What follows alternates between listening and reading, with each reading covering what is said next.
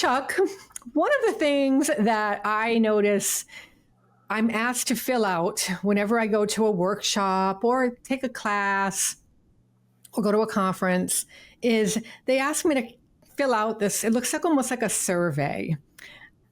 Those level 1, Kirkpatrick level 1 evaluations. Your favorite thing on the planet, otherwise known as smile sheets. What are your thoughts on smile sheets? Yay, nay? I have a professional lifelong issue with level ones. And sometimes my professional friends and colleagues will push back, and legitimately so. But I think they are overused. I think they are overvalued. And I think if they're not well designed, they can actually produce negative data that is not accurate. So if you think about it in terms of what Donald said about level ones, I mean, okay, let's get a reaction. That's what he called them. Reaction evaluations. And I think there's nothing wrong with getting a reaction to the experience. I think that's fine. But that's all it is. It's a reaction. It says nothing about mastery. It says nothing about anything else going on. And one of the biggest things that I've found is having a learner that enjoyed a learning experience is not always directly related to them having mastery in what you are teaching. And it's this whole notion, we go back to the idea of, okay, there's learning styles, which has all been blown up. Learning styles they don't mean anything. In fact, they're a negative in terms of actually getting to mastery. But the reason that they found out that they're not legitimate when they did the research was that many learners pay more attention, are more engaged when they're challenged. If you're not challenged, then you may not do as well as if you are. And if you're challenged, you may not particularly like the experience. And so you go to a level 1 reaction and say, I didn't like this. This was not enjoyable for me. Yeah, the facilitator was okay, but why did he wear black shoes? You go through all the idiocy I've seen in level 1s.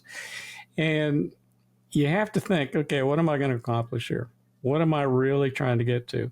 If you're trying to get just to the simple data of, okay, how did you feel about the experience? That's fine, but keep it in that box. Don't make it something more than that. And Denise, I can't tell you how many people I have seen, facilitators, excellent facilitators, world-class facilitators that might have gotten low ratings for one reason or another on a level 1, and they're disciplined for that, or it goes in their record, or it's part of their next discussion, or they're not rehired because they didn't entertain the way that somebody thought they should be entertained. Yeah. So when we have this discussion, sometimes I say, well, if you're going to do a level 1 when I teach, then I'm going to bring my guitar and I'm going to sing a few songs. I may dance. I can moonwalk, not well, but I can entertain. I'll get them laughing. They'll love me. I'll get a hug from every one of them. They won't have learned a thing. The only thing they learned was Chuck can't play guitar and he certainly can't moonwalk. And so, I've had very good professional friends that their entire careers were based on writing level 1s for organizations. Mm-hmm. So we've had some pretty spirited discussions on this, and I would have to say that I've been a little bit, not that they've meant much, but I think it's a great topic for discussion. And if you're an instructional designer, if you're a new gen, or you've been doing this for 30, 40 years, I'd be interested in hearing what some of our viewers think of level 1s, because they may think I'm full of it, which, we can make that argument too. Well, see, so with level 1s, what word comes to mind for me is they're very subjective, right? They are subjective. They're not objective. And so that's where the evaluation, if you're using them in the wrong context, meaning you're using them as a form of evaluation of mastery, then it's subjective. It's never going to give you that. It makes me giggle because recently I've been doing this with my insurance provider. They provide this free service where they send you a tablet and they do PT, physical therapy, with supposedly there's a person behind the screen, but I don't know yet. Still, to me, I'm not really sure about that. However, I'm so fed up with the technology because the technology is not great. So my reaction when they ask me at the end of each session, how did you like the session? That's when I turn into this big complainer. I'm like, and I know it's for free, but if you want the truth, this is not working very well. This is not working. This is not working. And all it is my gut reaction, my subjective opinion. And I am not evaluating the physical therapist, but maybe it's going to come across like I am. And then, God, I hope I don't get this person in trouble and fired or whatnot, but so to me, they can be a little dangerous in that way. That's the negative part of it, is that you're not getting a true, clear, objective evaluation based on a smile sheet. We used to use them a lot where I work and for in-person type of events. And it's like, all we would hear is the room was cold, the lighting was poor, but that had nothing to do with the actual event, right? It had nothing to do with the event. I can see the negative implications of it. Of course, the flip side of that is if somebody really if I was facilitating and someone really liked my facilitation skills, great. It works in my advantage, but it can also work against me too, because everybody has a subjective opinion. And I think if you write these in the correct way, you can get some of that data. So do you care if the facility is too cold, or if the coffee's cold, or if the food doesn't taste right, or the bathroom's dirty? As someone who might sponsor these, I might care about that. Can I go back to the organization, or if it's in a house, can we clean the bathrooms? Can we possibly get catering to get up there a little earlier and get things set up the way we want them? Is that good information? Yeah, it's helpful information.